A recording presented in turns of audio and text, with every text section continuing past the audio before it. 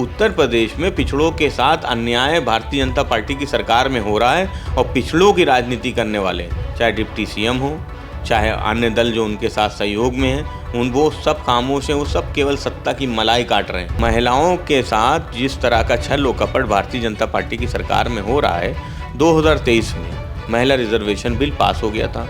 आप परिसीमन लेके आना चाहते थे, परिसीमन के पीछे छुप के आप महिला रिजर्वेशन की बात कर रहे हैं। उनका कोई काम धाम से ओम प्रकाश राजभर जी का है नहीं, और उनको इलाज की भी ज़रूरत है। जिस तरह की उनके बयान है, जो भारतीय जनता पार्टी माहौल बनाना चाहती है उत्तर प्रदेश में, लगातार कोशिश कर रही है कि यादव ओबीसी से अलग है, अन्य जातियां अलग हैं, उसमें वो सफल नहीं होंगे।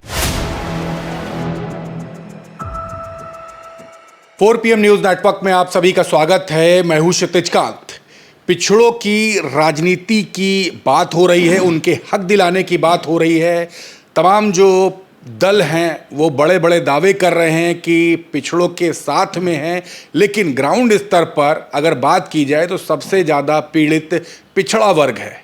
दूसरी तरफ अगर बात करें, अगर मुद्दों की बात की जाए, ओम प्रकाश राजभर जी जो कि भाजपा के राष्ट्रीय अध्यक्ष हैं, उनसे जब तमाम सवाल किए जाते हैं तो सपा सुप्रीमो अखिलेश यादव पर तंज भी कसते हैं। हम बात करेंगे इन्हीं मुद्दों पर। हमारे साथ बात करने के लिए समाजवादी पार्टी के प्रवक्ता फखरुल हसन चांद जी हैं। सर, सवाल ये है, पिछड़ों की राजनीति की बात तो होती है, लेकिन जब हक दिलाने की बात आती है तो जब विपक्ष में नेता रहते हैं तब तो बड़ी बड़ी बातें करते हैं, लेकिन वही जब सत्ता पक्ष में चले जाते हैं तो कुछ बोल नहीं पाते। इस तरीके की बातें सोशल मीडिया पर लोग लिखते हैं, कैसे देख रहे हैं? और हक की बात है, 2027 में चुनाव है, क्या करेगी समाजवादी पार्टी? देखिए, समाजवादी पार्टी लगातार 69,000 शिक्षक भर्ती की लड़ाई को लड़ रही है, उनके साथ खड़ी हुई है, कदम से कदम पे उनके साथ है। और भारतीय जनता पार्टी की सरकार वो 69,000 शिक्षक भर्ती वालों को इंसाफ नहीं दे रही है। सवाल इस बात का है कि जो लोग आज सत्ता में हैं, सवाल सत्ता से होते हैं, और सवाल इसलिए भी पूछे जा रहे हैं कि 69,000 शिक्षक भर्ती भाजपा की सरकार में हुई और आपने पिछड़ों को उनका हक अधिकार नहीं दिया। वो जब अपना अधिकार मांगने जाते हैं तो आप उन्हें लाठी देते, डंडा देते हैं। हाई कोर्ट जीत गए तो आप उनको सुप्रीम कोर्ट पे पहुंचा दिया आपने। तो वो लड़ाई लगातार लड़ रहे हैं। देश की सबसे बड़ी अदालत में भी पिछड़ों को हक नहीं मिला है अभी तक, उसके लिए भी लड़ाई जारी है। उत्तर प्रदेश में अभी विश्वकर्मा की बेटी थी, कुशवाहा की बेटी थी, उनके साथ नाइंसाफ़ी हुई। और नाइंसाफ़ी करने वाले लोग कौन से? प्रतिनिधिमंडल जा रहा था, उनको रोकने वाले वर्चस्ववादी लोग कौन थे? वो किसके संरक्षण में रोक रहे थे, किसके संरक्षण में पथराव कर रहे थे, वो भी सब जानते हैं। तो उत्तर प्रदेश में पिछड़ों के साथ अन्याय भारतीय जनता पार्टी की सरकार में हो रहा है और पिछड़ों की राजनीति करने वाले, चाहे डिप्टी सीएम हो, चाहे अन्य दल जो उनके साथ सहयोग में हैं, वो सब खामोश हैं, वो सब केवल सत्ता की मलाई काट रहे हैं। लेकिन ये भूल जाते हैं कि उत्तर प्रदेश में पिछड़ों को अगर हक और अधिकार किसी ने दिलाया तो वो श्रद्धेय नेताजी मुलायम सिंह यादव जी थे। श्रद्धेय नेताजी मुलायम सिंह यादव जी थे तो आज केशव प्रसाद मौर्य जी वो उस कुर्सी पे भी बैठ रहे हैं। भले उनको दो कभी स्टूल मिल जाता है, लेकिन कुर्सी पे भी बैठने का अगर किसी को मिला, अगर पिछड़ों को, दलितों को और अल्पसंख्यकों को बराबरी का अधिकार मिला, बराबरी का हक मिला, तो उसके लिए नेताजी थे। नेताजी ने लंबी लड़ाई लड़ी और आज उसी लड़ाई को आदरणीय अखिलेश यादव जी लड़ रहे हैं। और हम समाजवादियों को भरोसा है कि पिछड़े समाजवादी पार्टी के साथ जिस तरह से, जिस मजबूती से खड़े हैं, जिस मजबूती से उन्होंने भाजपा को 24 में हराया था, 27 में भी हराएंगे। अपना अपमान का बदला, अपने आरक्षण का बदला पिछड़ा 2027 में लेगा। कास्ट सेंसस की बात होती है, हमेशा सेंसस की जब भी बात होती है 2011 का जिक्र होता है, लेकिन अभी तक के सेंसस नहीं हुआ। बात अभी वुमेन रिजर्वेशन बिल की जब हुई, जो कि 2023 में पास कर दिया गया, अगर रिजर्वेशन बिल की बात की जाए तो इसमें भी बड़ा खेल किया गया। विपक्ष लगातार कहता रहा कि कास्ट सेंसस करवा लीजिए, सेंसस पहले करवा लीजिए, फिर उसके बाद रिजर्वेशन बिल, बड़ा इसको तूल दिया गया। समाजवादी पार्टी सरकार अगर बनती है तो क्या ये सेंसस संपन्न करवाया जाएगा उत्तर प्रदेश में? देखिए, आदरणीय अखिलेश यादव जी ने पहले ही कहा था, जब हम समाजवादी इस मांग को करते थे कि अब वो जाति जनगणना होनी चाहिए, तो भारतीय जनता पार्टी वो ये कहती थी कि इसकी ज़रूरत नहीं। प्रधानमंत्री कहते थे गरीब सबसे बड़ी जाति है। और आदरणीय अखिलेश यादव जी ने एक दिन सदन में कहा था कि आज जिस हम मांग को हम कर रहे हैं, एक वक्त वो आएगा कि भारतीय जनता पार्टी खुद जाति जनगणना कराएगी और कहेगी कि इसका श्रेय भी हम लेते हैं। प्रयास किया था भाजपा ने, जाति जनगणना कहा कि जाति जनगणना हो रही है। अभी मकान गिने जा रहे हैं, लेकिन जो जातियों का कॉलम है उसके साथ हेरफेर की गई है। तो जाति जनगणना कहाँ हो रही है? और जहाँ तक सवाल महिला रिजर्वेशन का है, तो महिलाओं के साथ जिस तरह का छल व कपट भारतीय जनता पार्टी की सरकार में हो रहा है, 2023 में महिला रिजर्वेशन बिल पास हो गया था, बाकायदा राष्ट्रपति जी की मोहर लगी है, सिग्नेचर है, वो गजट हो गया, वो कानून बन गया। अब फिर वो महिला रिजर्वेशन की बात हो रही है। आप परिसीमन लेके आना चाहते थे, परिसीमन के पीछे छुप के आप महिला रिजर्वेशन की बात कर रहे हैं। तो समाजवादी पार्टी समझती है कि भारतीय जनता पार्टी उसको जो आधी आबादी है देश की, उसके साथ धोखा नहीं देना चाहिए। सड़क पे घूम रहे हैं, मशाल जुलूस निकाल रहे हैं, यात्राएं कर रहे हैं, उनके पुराने बयान क्या हैं महिला रिजर्वेशन पे? हम तो आज भी कल भी उस बात को कहते थे कि महिला रिजर्वेशन में हमारी आपत्ति केवल इतनी है कि पिछड़े और जो अल्पसंख्यक महिलाएं हैं उनको भी उसमें आरक्षण का हक मिल जाना चाहिए। लेकिन भारतीय जनता पार्टी की सरकार तो आरक्षण देना ही नहीं चाहती। कानून बन गया, गजट में आ गया, उसके बाद भी कहती कि महिला रिजर्वेशन बिल पास नहीं हुआ, जबकि वो तो पूरे बहुमत से, पूरे सदन के बहुमत से पास हुआ, सारे दलों की बहुमत से सहमति से पास हुआ। तो ये भारतीय जनता पार्टी है जो एक महिला विरोधी पार्टी है। एक सवाल और है, पिछड़ों के हक की बात लगातार समाजवादी पार्टी करती है, इस तरीके के बड़े बड़े दावे भी हैं, सोशल मीडिया पर लोग भी लिखते हैं। विश्वकर्मा समाज की बेटी के साथ गाजीपुर में क्या कुछ हुआ, इस पर भी तमाम सवाल खड़े हुए। अभी हरदोई की घटना की बात की जाए, उस पर भी तमाम सवाल। और उसके अलावा अभी बनारस की अगर बात की जाए तो बनारस में जो कि प्रधानमंत्री नरेंद्र मोदी जी का संसदीय क्षेत्र है, वहाँ पे एक राजभर समाज का एक युवक जिसकी दिन दहाड़े हत्या कर दी गई, इंजीनियर था। इस तरीके की घटना हुई, उस पर सवाल मंत्री ओम प्रकाश राजभर जी से पूछा। मंत्री हैं और उसी समाज से भी आते हैं, तो उन्होंने कहा कि पुलिस अपनी कार्रवाई कर रही है। इस मुद्दे को कैसे देखते हैं, क्योंकि काफ़ी पब्लिक वहाँ पे इकट्ठा हुई, राजभर समाज के लोग भी इकट्ठा हुए और काफ़ी उस पर मुद्दा उठा, लेकिन कोई बड़ा नेता इस पर बोला नहीं। पीडीए एकजुट हुआ है आदरणीय अखिलेश यादव जी के नेतृत्व में।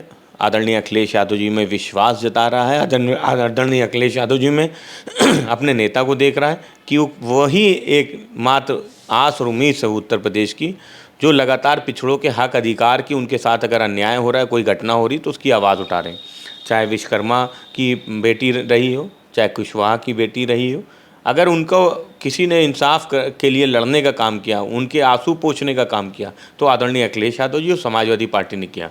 और जो घटना बनारस की घटित हुई वो दुखद है, और समाजवादी पार्टी उस घटना में भी लगातार सवाल पूछ रही है कि उसमें जो दोषी हैं उन पे सख्त से सख्त कार्रवाई हो, उनको पकड़ा जाए। इन सब सवालों को समाजवादी पार्टी लगातार उठा रही है। और जो लोग सत्ता में हैं, आप उनसे सवाल पूछना बेईमानी है कि वो सवाल राजभर समाज के लड़के जो नवयुवक था उसकी हत्या पे कोई जवाब देंगे, तो उनके पास क्या जवाब है? सत्ता की मलाई काट रहे हैं, दिन भर सत्ता की मलाई खाते हैं, रात में जाके किसी के घर में मटन खाते हैं, हड्डियाँ चूसते हैं, सो जाते हैं। यही उनकी दिनचर्या है। उनका कोई काम धाम से ओम प्रकाश राजभर जी का है नहीं। उनको इलाज की भी ज़रूरत है। जिस तरह की उनके बयान है, जिस तरह वो पहले गाने गाते थे, अब वो बयान दे रहे हैं। अब समाजवादी पार्टी ने उनके नूर मंजिल में एक बेड रिजर्व कर दिया है, और हम लोग बार बार कहते हैं कि उनके पूरे इलाज का खर्च समाजवादी पार्टी उठाएगी। उनको इलाज की ज़रूरत है, उनको इलाज करा लेना चाहिए। समाजवादी पार्टी उनको सारी सेवाएं देगी, फ्री इलाज का जितना खर्चा आएगा सब समाजवादी पार्टी उठाएगी। उनको अपना इलाज कराना चाहिए, और पिछड़ों की राजनीति करने वाले जो अन्य दल हैं उनको पिछड़ों के हक अधिकार पे बोलना चाहिए। ओम प्रकाश राजभर जी से उम्मीद नहीं, वो आश्वस्त हैं, वो अपना इलाज करा लें। ओम प्रकाश राजभर जी को आप कह रहे हैं अस्वस्थ हैं, वो एक बयान और भी दे देते हैं। जब ज्योतिष को लेकर के चैनल के इंटरव्यू के दौरान देख रहा था, उन्होंने ओम प्रकाश राजभर जी ने प्रेस कॉन्फ्रेंस की थी। जब सवाल ज्योतिष को लेकर पूछा गया कि अब सपा सुप्रीमो अखिलेश यादव ज्योतिष से पूछे कोई भी कदम उठाते हैं, तो उसमें ओम प्रकाश राजभर जी बयान देते हैं कि क्या अपनी पत्नी को भी वो छोड़ देंगे अगर ज्योतिष कहेंगे। इस तरीके के बयान दिए उन्होंने। इस पर क्या कितना इत्तेफाक रखते हैं आप? ये भारतीय जनता पार्टी का चाल चरित्र चेहरा है कि वो महिला विरोधी हैं, और किसी भी महिला के लिए अपमानजनक शब्दों का इस्तेमाल करना, किसी परिवार के लिए पहली बार नहीं है कि किसी ने इस तरह के परिवार पे टिप्पणियाँ की हों। इससे पहले आदरणीय अखिलेश यादव जी की बेटी पे भी टिप्पणी की गई थी। तो ये भारतीय जनता पार्टी है, ये इसी तरह बोलती हैं। और इनका जो ओम प्रकाश राजभर जी, इनका दिमाग ख़राब है, और इनको मैं फिर कहता हूँ, इनको इलाज की ज़रूरत है। इनको पकड़ के एडमिट करा देने वाला है नूर मंजिल में, जिससे ये ऑल बॉल जो बका करते हैं वो बंद हो जाए, अपना इलाज कराए। इलाज कराने के बाद कम से कम हक अधिकार की बात करें, अपनी भाषा में सुधार करें, गाना बंद करें, किसी के खिलाफ भी अमर्यादित भाषा का इस्तेमाल बंद हो, और कुछ पढ़े लिखे भी। ये ऐसा नहीं कि कुछ भी मन में आए, आपके कुछ भी मुंह में आ जाए वो बोल दे। इस तरह का आचरण ओम प्रकाश राजभर का है। उनको निश्चित रूप से दवा इलाज की ज़रूरत है। उनको चाहिए कि वो एडमिट हो, जाके नूर मंजिल में किसी अच्छे डॉक्टरों से इलाज कराएं। उनके इलाज का खर्च भी समाजवादी पार्टी दे देगी, हम बार बार कहते हैं। इसलिए इस तरीके की भाषा का इस्तेमाल ओम प्रकाश राजभर जी ना करें। उन्होंने एक बात और भी कही, एक सवाल था, जब समाजवादी पार्टी के साथ में थे तो उन्होंने चुनाव जीत लिया, तमाम जो सीटें मिली वो समाजवादी पार्टी के साथ गठबंधन में होकर मिली, तो उन्होंने कहा जो कह रहे हैं वो पागल हैं। 2017 के जब चुनाव था तब क्या नहीं ओम प्रकाश राजभर जीते थे? तो बाई इलेक्शन क्यों नहीं जीत गए थे ओम प्रकाश राजभर जी? 22 में हमारे साथ में थे, तो हमने उनको जो हमारे जो संगठन है, हमारे संगठन के लोग हैं, उन्होंने मेहनत करके उनको सदन पहुंचा दिया, फिर वो धोखेबाजी करके निकल गए। आज उनके पास विधायक कितने हैं? उनसे कहिए गिने 1 2 कितने हैं? 3 4 नहीं कर पाइएगा कि बहुत उनके पास विधायक हैं। जो उनके सिंबल पे जीते थे वो भी उनके नहीं थे। तो उनके पास आज विधायक कहाँ हैं?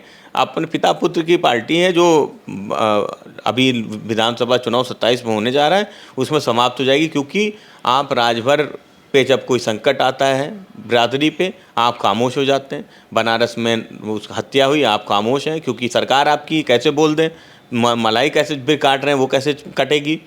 तो उनको जवाब देने के लिए समाजवादी पार्टी ने सीमा राजभर और हमारा एक लड़का है पंकज राजभर, वो सब लोग जवाब दे रहे हैं। और समाजवादी पार्टी ओम प्रकाश राजभर की इस तरह की निम्न स्तर की भाषा का कहीं जवाब नहीं देना चाहती। बाकी तो क्या जहूराबाद इस बार हरा देंगे ओम प्रकाश राजभर को? वो तो निश्चित रूप से जहूराबाद हार रहे हैं, इसीलिए वो दूसरी सीट की तलाश में है। पूछिएगा कि आप तो कहीं दूसरी सीट की तलाश में, सुरक्षित सीट भागना चाहते हैं कि कहीं सुरक्षित सीट मिल जाए। जहूराबाद तो वो हार ही रहे हैं, उनको पता है कि समाजवादी पार्टी के समर्थन से जीत गए थे, तो हार रहे हैं, कहीं ढूंढ रहे हैं सीट। पता कीजिएगा इधर उधर, इसीलिए आजकल ज़्यादा गा रहे हैं, ज़्यादा मटन भी खा रहे हैं। तो वो ढूंढ रहे हैं कोई सीट कि कोई सुरक्षित सीट मिल जाए। लेकिन उत्तर प्रदेश में अब कोई सुरक्षित सीट बचेगी नहीं 27 में, सब समाजवादी पार्टी जीतेंगे और सुरक्षित सीट ढूंढने वाले किसी सुरक्षित प्रदेश में चले जाएंगे। एक आखिरी सवाल लेंगे, गाजीपुर प्रकरण को लेकर के है। 46 जो नामजद FIR हुई थी उसमें लगभग 30 यादव समाज के लोगों पर हुई। एक नौजवान जो कि प्रयागराज से आता है, इंजीनियर संदीप विश्वकर्मा, उसने सोशल मीडिया के माध्यम से तमाम आवाज़ बुलंद की। उसका सोशल मीडिया अकाउंट भी बंद कर दिया गया। एक लड़की है समाजवादी पार्टी से जुड़ी हुई, सीतापुर से आती है, ममता शर्मा नाम है, उसने भी आवाज़ बुलंद की, उस पर भी FIR कर दी। कि जो घटना जो पूरी हुई है और जो सोशल मीडिया अकाउंट को डायरेक्ट जो टारगेट किया जा रहा है, इसको इस लोकतंत्र में कैसे देखते हैं? देखिए, अभिव्यक्ति की आज़ादी पे कुठाराघात लगातार जारी है। आपका भी चैनल उसको भी उसका भी जो लाइव प्रसारण है उसको रोके हुए हैं, हम लोग तो जानते हैं। तो इस लोकतंत्र में, इस देश में जो लोकतंत्र को बचाने की, संविधान को बचाने की लड़ाई है वो इसीलिए जारी है। तो इनसे क्या उम्मीद करिएगा कि ये इतना बर्दाश्त कर पाएंगे कि अन्याय हो रहा है, कोई लिख दे कि अन्याय हो रहा है, कोई गलत हो रहा है, किसी ने लिख दिया कि गलत हो रहा है, दूध में पानी या पानी में दूध मिलाया जा रहा है, आप कह दीजिए तो आपके खिलाफ मुकदमा हो जाएगा, सच खबर दिखा दीजिए तो मुकदमा हो जाएगा।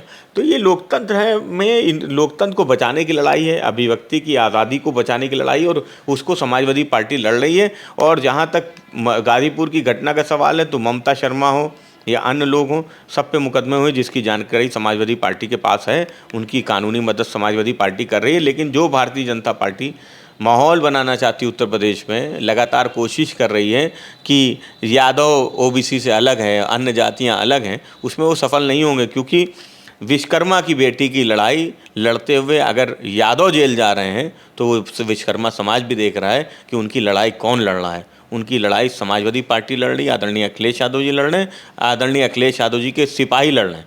तो पूरा PDA एकजुट है, एकजुट होकर इस अन्याय करने वाली सरकार को हटाएंगे। बहुत बहुत धन्यवाद। तो हमारे साथ फ़खरुल हसन चांद जी थे, हम बात कर रहे तमाम मुद्दे थे, उस पर अपनी राय रखी है। इस वीडियो को देखने के बाद आपकी क्या राय है ज़रूर लिखें। कोई सवाल है वो भी लिखें, आपके सवाल पूछे जाएंगे। और जुड़े रहिएगा 4 PM न्यूज़ नेटवर्क के साथ तमाम अपडेट्स के लिए। मैं हूं क्षितिज कांत, कैमरा पर्सन शुभम के साथ 4 PM न्यूज़ नेटवर्क के लिए। धन्यवाद।